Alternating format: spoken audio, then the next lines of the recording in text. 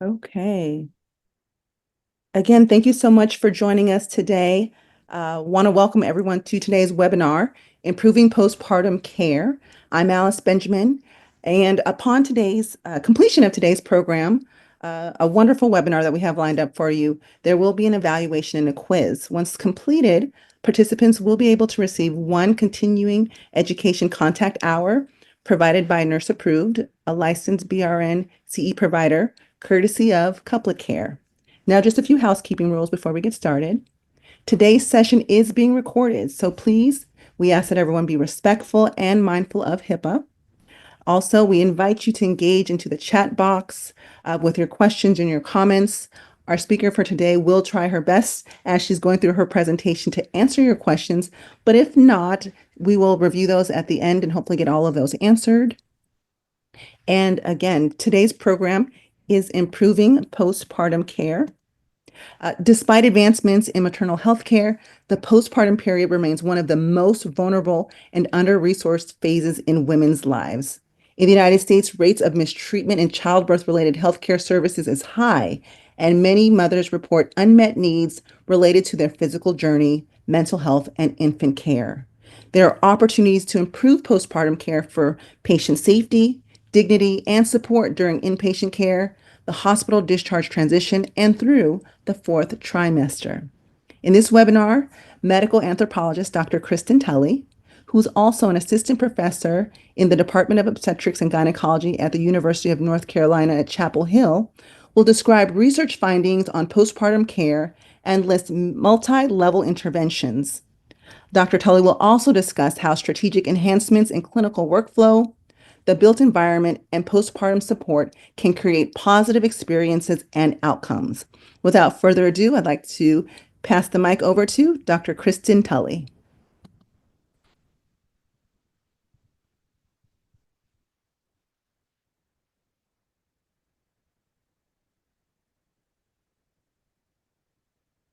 Dr. Kristin, if you can unmute yourself, please. Thank you, Alice. It's wonderful to be connected with you. I appreciate this opportunity to share and reflect on enabling safer, dignified, and more maternal-focused care. These goals are worthy of our active support to improve postpartum care.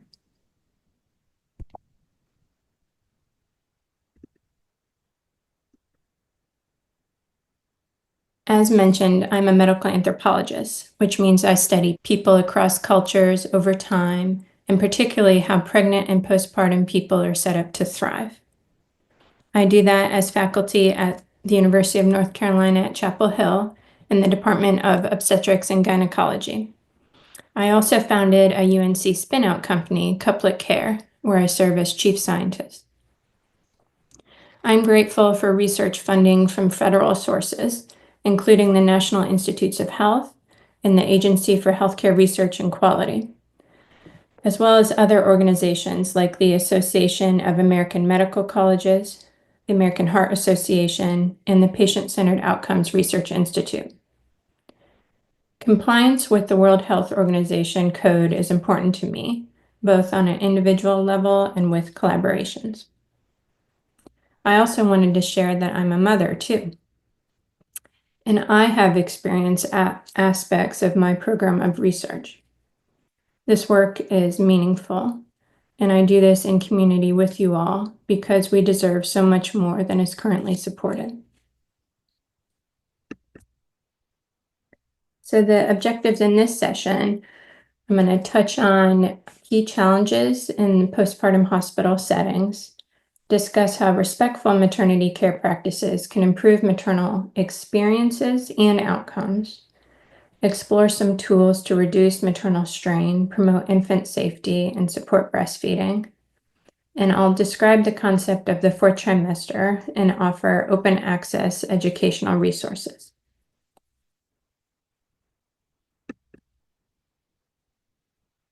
I'm here speaking on behalf of collective work, and I wanted to express gratitude for that as we start.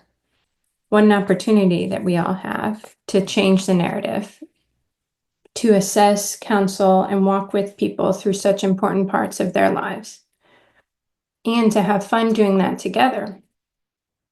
including partnering with the next generations of researchers and practitioners to build on the skills that we have and to extend that expertise so that they can offer so much more. So again, I'm speaking as an individual, and at the same time, my perspective, projects, and impact are a result of teamwork.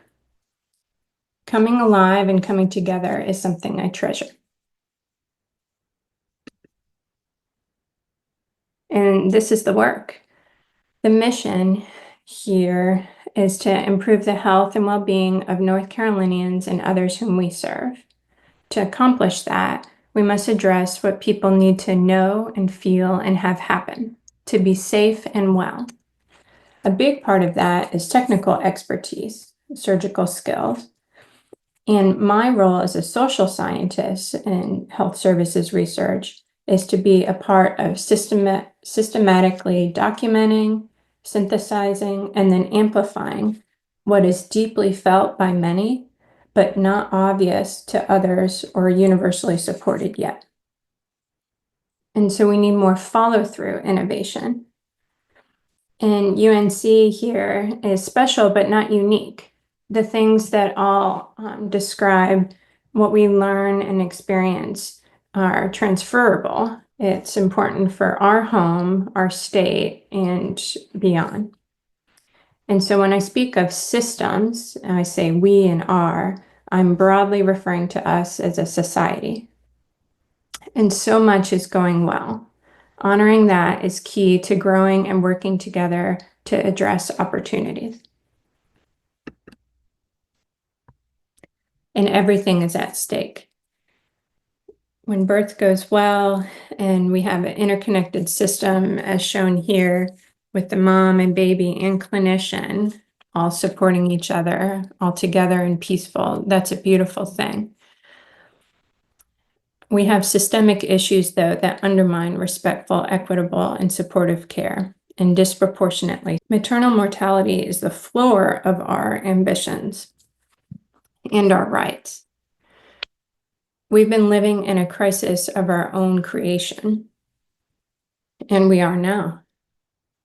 Mortality is high, increasing, disproportionate, and largely preventable.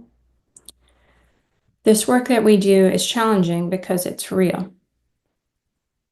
There's much pride and joy, but also suffering as people navigate their reproductive lives and we seek to take care of them. For many, positive outcomes are a function of privilege.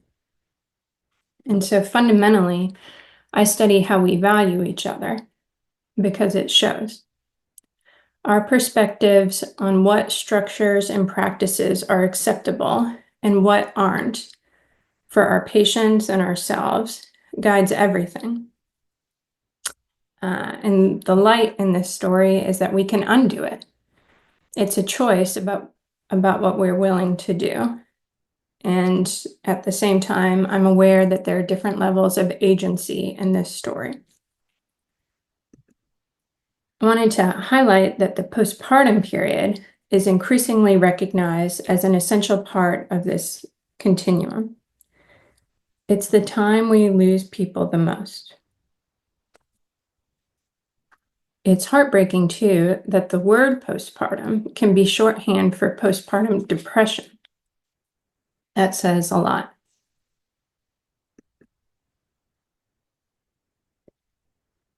Although clinicians strive to support families through pregnancy, birth, and postpartum, their experiences, both globally and the United States, have not been optimized.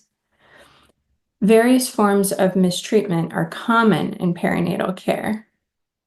And in the United States, this has been characterized by people being ignored by healthcare providers, having requests for help refused or not responded to, being shouted at or scolded by healthcare providers, having physical privacy violated, and even being threatened or withholding treatment or being forced to accept treatment that people don't want. We probably all have examples of these. I want to highlight too that mistreatment disproportionately affects Black and Brown birthing persons. This national survey by Mohammed and colleagues revealed that approximately 30% of Black, Hispanic, and multiracial mothers experience at least one type of mistreatment in the United States. And that's higher than the 10% that was, it's 10% higher than what was reported by the whole sample.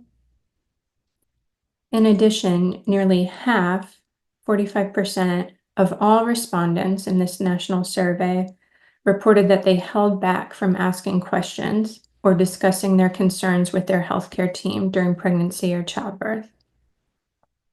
Among those, 21% shared that they did so because they were worried about being perceived as difficult by their clinicians. So there's an urgent need to further enact respectful maternity care principles so that services are more person-focused and supportive.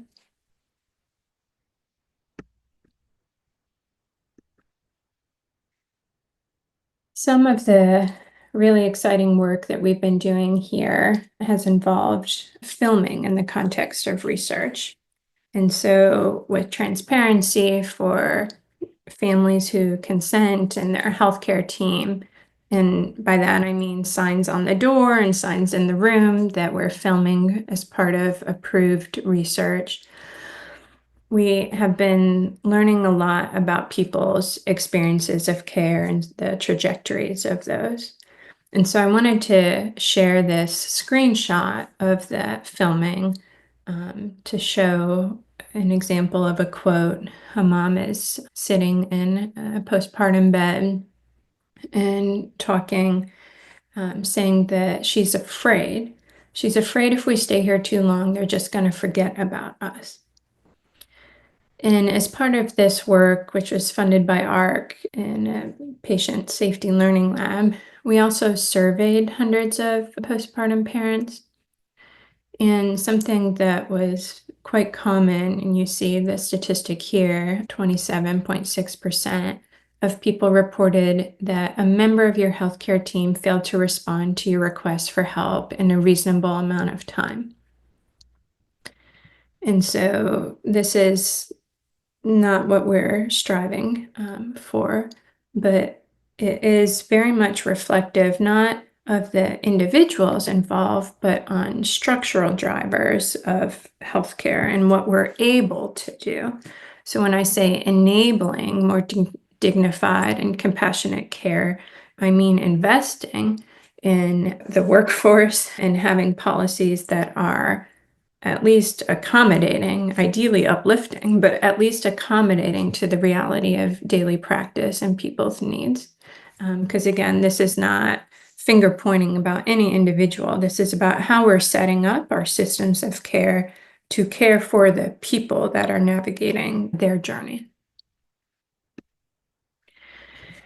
And Dr. Joya Perry and colleagues have a series of wonderful work, and I highlighted one article here around the structural contributors to maternal health inequities.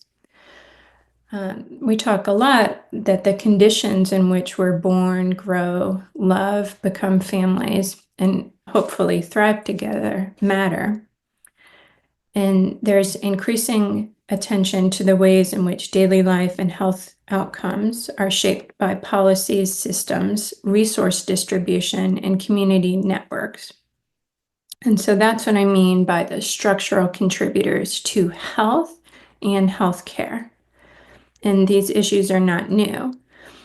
And the root cause of inequities in practices and thereby the health disparities that are a result of them are power dynamics, which, as Dr. Joya Perry offers, are born out of a hierarchy of human value.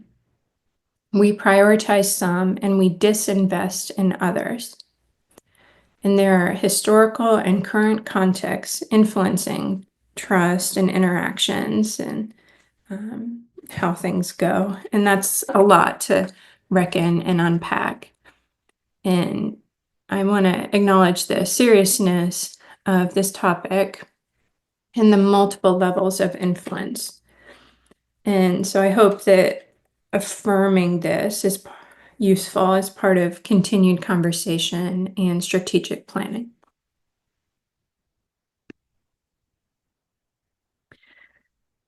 As a qualitative and mixed methods researcher, I listen to people, listen to hear, hopefully, and then to act on what's shared. And I was interviewing a mom, and she told me her story, what it was like for her.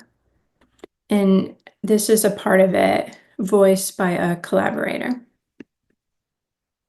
And I think the thing that a lot of people would say who have not been in the situation is like, why didn't you advocate for yourself? I'm an attorney, by the way. I advocate for people all the time. But it's just like, whenever you're in the ocean, like if you've ever been caught in a rip current, and then you get a wave, and then you get a wave. That's how people drown. Because you just could have dealt with one of these things.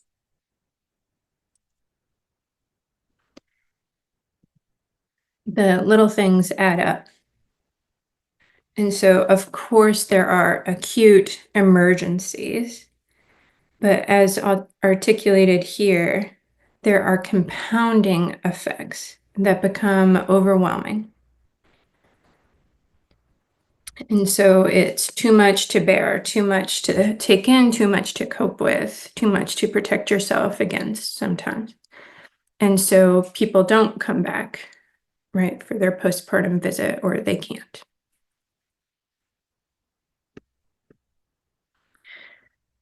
And we have published recently with the Ripple Foundation and community partners around the vital conditions for health, well-being, and social justice. And so this figure is something that the Ripple Foundation had developed years ago, and we have recently applied this in the context of maternal mental health. And I think it's such a helpful framework for all the things that we're seeking to cultivate. And because framing the things as what we want, right? We want and need and deserve reliable transportation, a thriving natural world, basic needs for health and safety, menstrual hygiene products and infant diapers, meaningful work. And then at the heart of these vital conditions is belonging and civic muscle. So a community and policies that have teeth to them. So I wanted to share this again as context around what we culturally are prioritizing then when we talk about the specifics and when we think about the interpersonal dynamics. It is a part of this context that I think is really helpful, including framing things in a positive sense. And therefore, that's what we should measure too. And we address this in this open access article where we don't want to just assess depressive symptoms, for example. We want to know if people are doing well and, right, if they're equipped to move forward as they need and desire to do. And so we should ask that and check in at healthcare appointments too about the things that are going well, because that is what we're seeking, not just to not be hurt or hurting. And so, as I've shared a little bit, that's what I think that my work is about, is helping broaden perspectives so that healthcare systems can be enhanced to better address what people need to know, feel, and have happen. And part of that then is radically rethinking what we're doing here and how the things are supportive of the goal. And of course, we all want safe childbirth, But safety means so much more than has been traditionally understood and assessed and supported. And so Audre Lorde had written around a basic and radical alternation in the assumptions underlining our lives. And that's something that I have a lot of fun being inspired by and hopefully being useful in changing what our definition of equity and health is.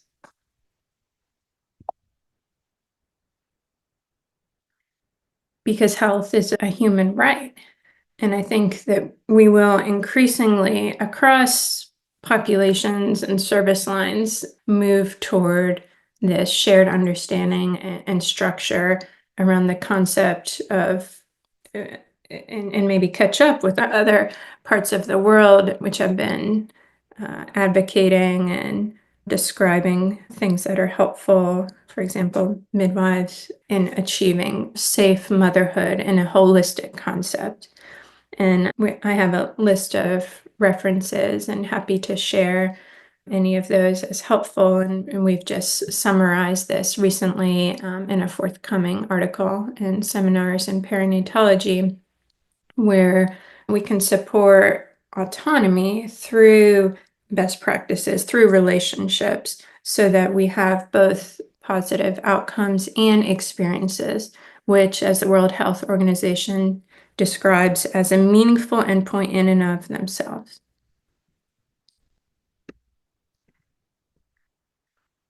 So sharing some more specifics now around, we have these big shared goals and lots of emotion contributing to that because, right, this is the world that we want and to pass on.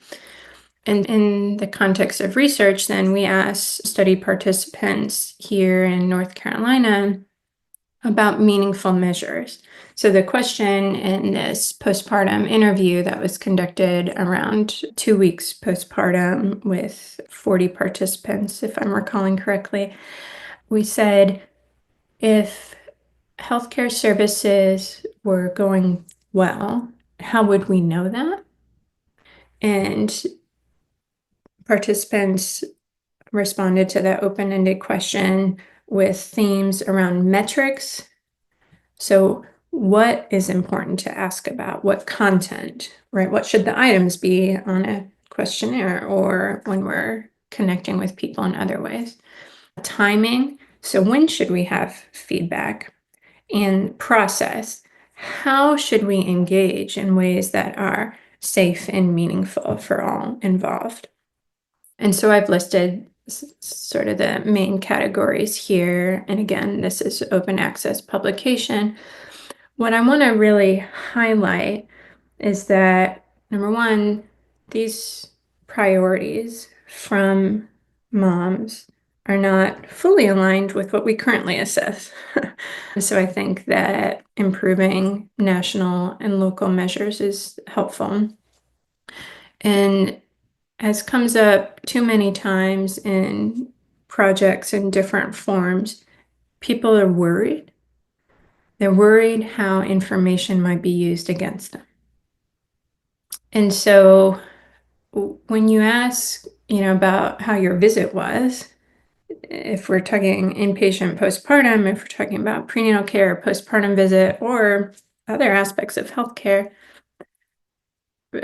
people know that they have to come back to you. There's not yet, the wide array of accessible, quality, aligned, and options in healthcare. And of course, too, the maternity deserts are a whole nother level to that. But with insurance and all the things, people might not be able to share things that are helpful and could be acted upon because they're worried about potential retaliation. And so being aware of that and actively addressing it up front, I think, can really help people share the reality of their experiences, including, again, the joy and the service that so many people experience too. So that's a big goal, right? To be seen and heard. And I love the National Association to Advance Black Birth has beautiful visuals with takeaway messages like this as part of the Black Birthing Bill of Rights. So I encourage you to explore those open access resources. And I have these little takeaways here that engagement with relationship builds belonging. Screening with resources is respectful. Environments with inclusion are supportive. Intimacy, right? And giving birth is an intimate process, and with your healthcare team, with your companion, with yourself. But here, like with those in the room, and when that is a wonderful thing, that can be transformative. And so you could also, and I have a slide and I'm not going to share today, engagement without relationship can be extractive. And so you could go through the list about the opposite, the things that are bad. But I really want to focus on growing the good. And on that note, this concept of healing focus engagement is so exciting to me. Dr. Sean Ginwright has published about this as a collective approach for strength-based action. And so we are all responsible for each other. And when we think about patient journeys through healthcare, then what reputation does a system create? And what sources of information, for example, website, can people explore? And when they call patient access line or operator, how does that go? And the front desk, and then the whole part of someone's actual experience is so critical. Not only the 10 or 15 or hopefully, longer meeting with the provider. So again, this concept of healing focus engagement calls our attention to the desired conditions. Again, going back to what are vital for humans to be safe and well. But again, when we look at the reality of what people are experiencing, in this case, filming overnight in a hospital, and this was previous work in a different facility and in the context of research with transparency, right? People want their experiences and stories to be known because they want their next time, their children's, their friends, we want things to be better for each other. And so what these images show is that we set up filming overnight in postpartum rooms, as we have now done repeatedly. And in the first image with the night shot, then the mom is putting her infant into the bassinet that is adjacent to her bed, touching her bed frame.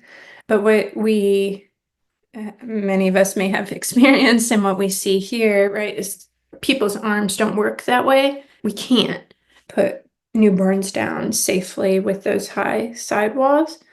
And we also can't see or reach or comfort or pick them up when we have limited mobility after birth, and in this case, after cesarean section childbirth. And so when we interview moms, they said it was horrendous.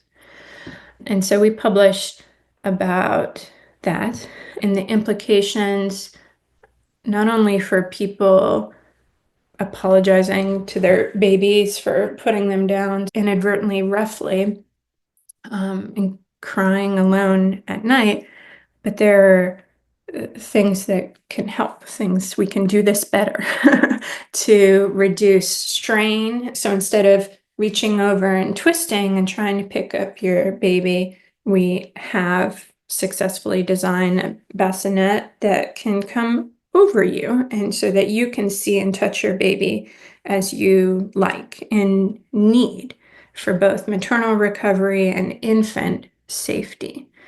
So again, I think innovation is the will to follow through on things that clearly would be better. And so there are so many things that can be helpful.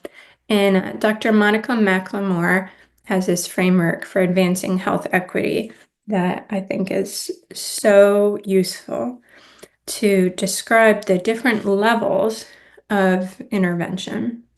And so first, a retrofit.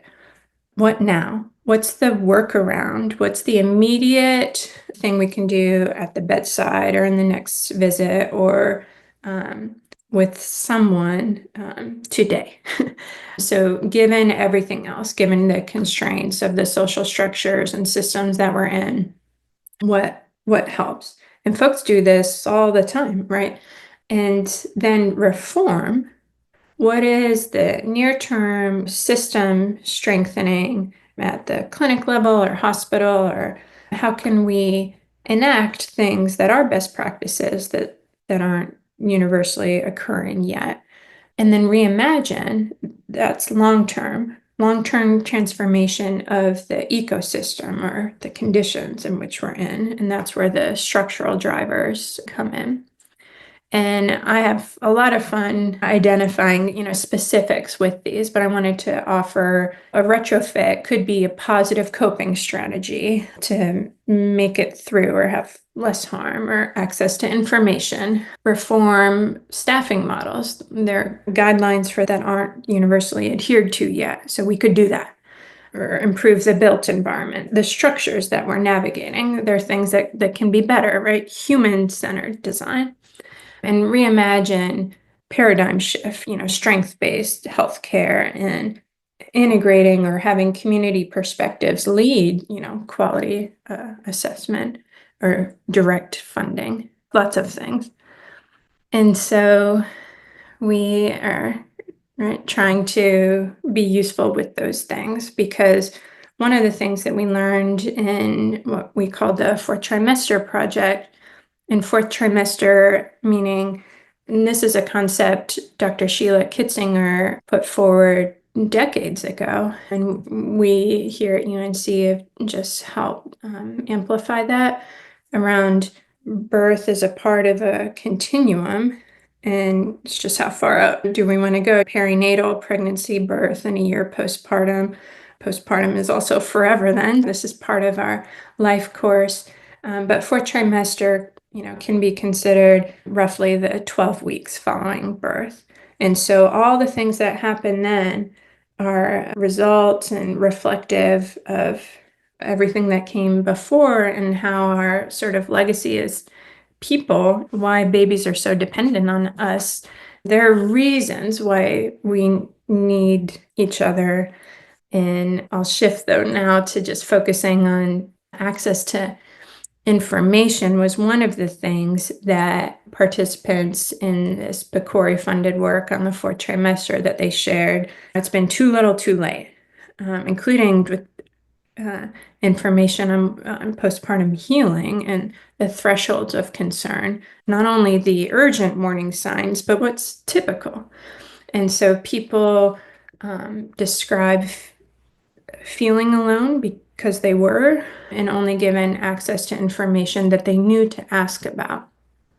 And so we have in both English and Spanish open access websites that we have co-designed the tone and the content and the resources in partnership with moms and healthcare team members to help.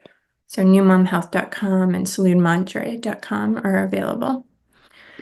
And one of the really important things that also we learned or documented in the fourth trimester project is how we typically have thought of health needs as these big domains, mood and well-being, and then there are specialists for that, infant care and feeding, all these different aspects of postpartum life. And this is not comprehensive. These are just, some of the things. But the reality is that those are interconnected, right? How tired I am and fatigue in a way that only I think a mother can understand, that affects my mood and my ability to do all the things. And so That intersecting and compounding nature of postpartum life is important to honor. And family medicine and midwives, again, they address people in a holistic way that I think is a model for us all, including nursing. Being with people and listening to these topics and offering resources as we strive to do. Again, this is on newmomhealth.com. When we're learning about breath, then there's stuff that then you can link to for other aspects of your health too. Again, it's a lot, but people need information that at minimum doesn't conflict with the other guidance. That happens a lot. There are inconsistencies. So we need alignment, but also hopefully things that are helpful for people's health goals that are supportive together. And again, when that connection goes well, when we offer information in a timing, method, and content that makes sense, and when we can see how people are and listen, that's a beautiful thing. I love seeing a mom's face when she feels like she's understood. We often feel like we're the only ones experiencing what we're experiencing. Nobody understands, and we don't want to be the only one experiencing it. We want someone to understand what we're going through. And if we focus in on postpartum inpatient care, there are so many opportunities to connect, so many times to get it right. And this figure is just a visual to help with that there are so many people coming in and out of postnatal unit rooms, if we're talking about hospital context, in addition to birth centers, which are structured differently, right, intentionally. Then in the hospital setting, then many different types of healthcare team members. And so lots of opportunity for interprofessional collaboration and awareness, like, is someone else in the room, and being respectful of each other in service to the family. And we published around there are measurable impacts of quality care. So welcoming, timely, comprehensible care is important, like, period. And if we're assessing about people's breastfeeding exclusivity in the hospital, or them recalling if they were able to meet their infant feeding goals, then there are things that are associated with that. And again, how aligned we are with being able to respond and being able to offer information that is understandable is really important. Yet, this example of an after visit summary, which is real, it's de-identified. This is the standard content that's sometimes provided. And you can just see this, and this is sometimes part of a packet of 12 or more pages of information. These discharge instructions are not yet structured for comprehension. And it's not just a designed thing. This is warning signs. We're talking about life-saving information. Sometimes, besides like how competent the materials and the practices, how much that indicates the quality of the healthcare system, and therefore should we keep coming back. But on the immediate level, we can do better. So we've structured this as an improvement, and it's really wordy, I know that. And so we have videos as well, and I'll show you that example on the next slide. So not only what emergencies are, but when to call, what's concerning, and then the green is hard but typical. Here are things that can help in taking care of you. So again, these are all open access in English and Spanish on our website. And then wanted to share too that then with different learning methods, including just too much text, I know that. And so there's a series of videos with clinicians and with community partners, with others, to walk through a brief sort of introductory way, different aspects of postpartum health. And I think those are really great. And so we have materials too on newmomhealth.com that then act on the things that I've been waving my hands around. If people want to build on what's working well and feel safe and comfortable, and then get into the hard stuff, and there's always hard stuff, it's just in what form for what people at different times, then we can ask in materials, what do you want to talk about today? What do you feel is going well? And then in this postpartum checklist, then there's a list of topics, and you could indicate, I have a question or concern, or maybe you just want information, right? You shouldn't have to say that you don't have access to enough diapers to know that diaper banks exist, because that's sort of a fundamental thing around keeping, inadvertently, I think.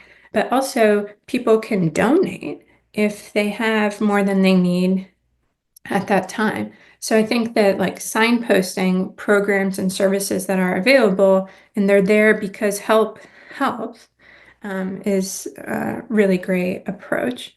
And to ask how people are doing and how, for example, feeding's going, not just what the outcomes are, so that they can share their perspective, and then you can align resources with what their goals are. And in recent work too, we've described in detail, again from patient perspectives, what supportive healthcare practices look like in postpartum and what areas for improvement are.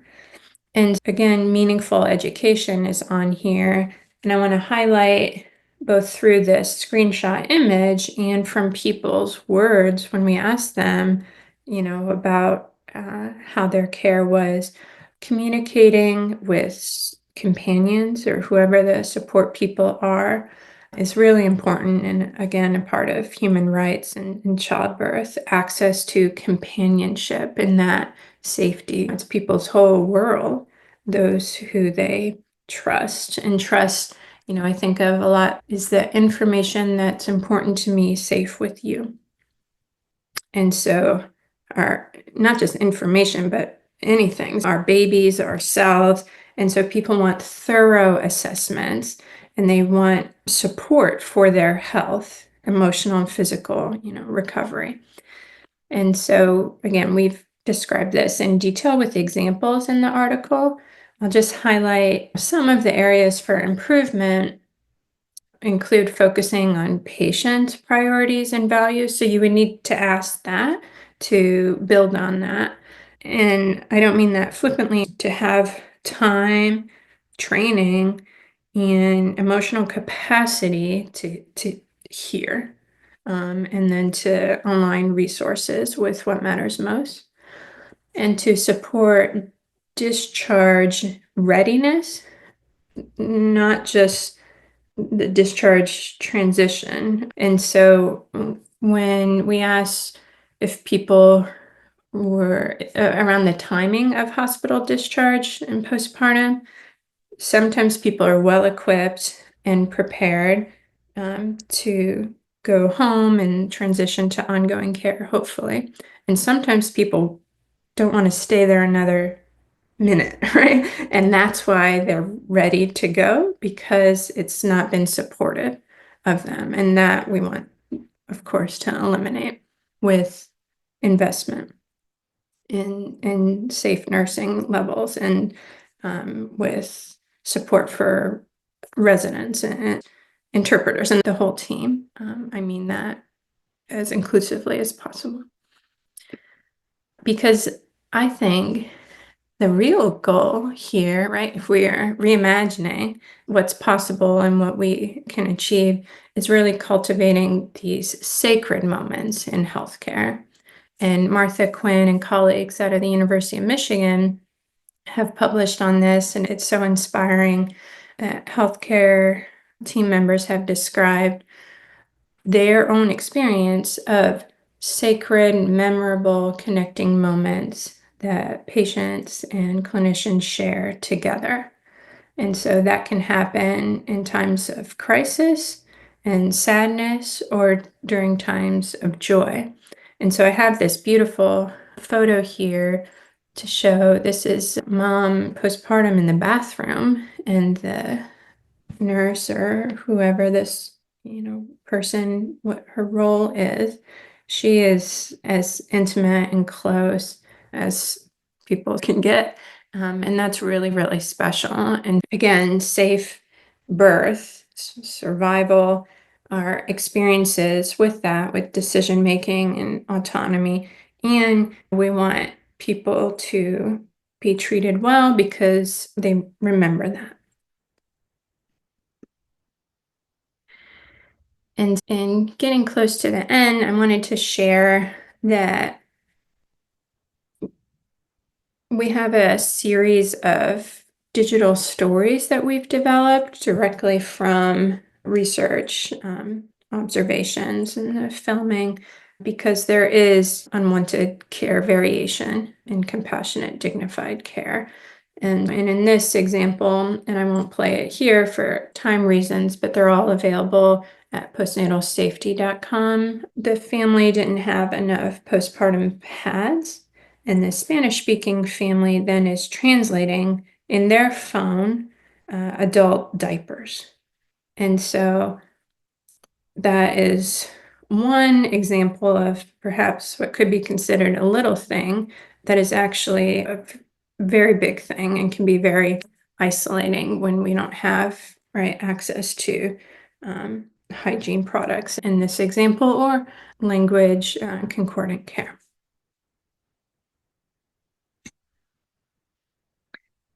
And the last points I wanted to make was around pain. Just if we are thinking about supporting people, then acknowledging that there's room for improvement with postpartum pain assessment, management strategies, and coping support. People are needing more support than is available. And by that, people primarily, and then access to options. And so we've made tools to help with that as well. And again, these are open access on a variety of topics, and pain is one of them. But these documents have what I think are core components, like on a variety of topics. So what can I expect? And in this case, pain and discomfort is normal after childbirth. Your body needs time to recover. How can my healthcare team help? And the critical thing that a tool like this, and I hope there's many like this, and I'd love to hear about more examples, but we have listed here by pain level, the typical 0 to 3, 4 to 7, 8 to 10. And then here are things that can help. And you don't have to tell me that your pain's a 7 for you to know about this full list of things. And there's more things that we could put on this. But the point is being proactive and universal with how we support people, because we can anticipate that. And so then we can go upstream, in this case, with information and access to things, including music and lots of things that help. And I think that's really important. And I am really grateful for this time together, and I'd love to be in communication. Thank you. Dr. Tully, thank you so much for this wonderful presentation. I mean, you shared lots of data and you laid this out in a way that really opened our eyes to more compassionate care, opportunities for improvement, as well as partnership. And so I know we sometimes get really focused on the technical aspects of our work that we sometimes lose sight of the person that's right in front of us, helping them feel seen, helping them to feel heard. When that actually builds trust and communication, improves not only the maternal patient experience, but also can even improve the work that we have to do and how. So thank you so much for all of this. And all of this, again, is with a North Star of better maternal outcomes. Personally, my favorite slide, one of my favorite slides, was the one where you showed all the slide with the many opportunities to connect with patients. And by the way, to everyone who's on here, the replay for today's presentation will be available later today. The handouts as well are in PDF form for you to download, as well as a reference sheet with all of the references from Dr. Tully's slides. So this has been a great presentation and opportunity. Dr. Tully, if you have time here, I'd like to ask a few questions that came in through here to the chat box directly to me.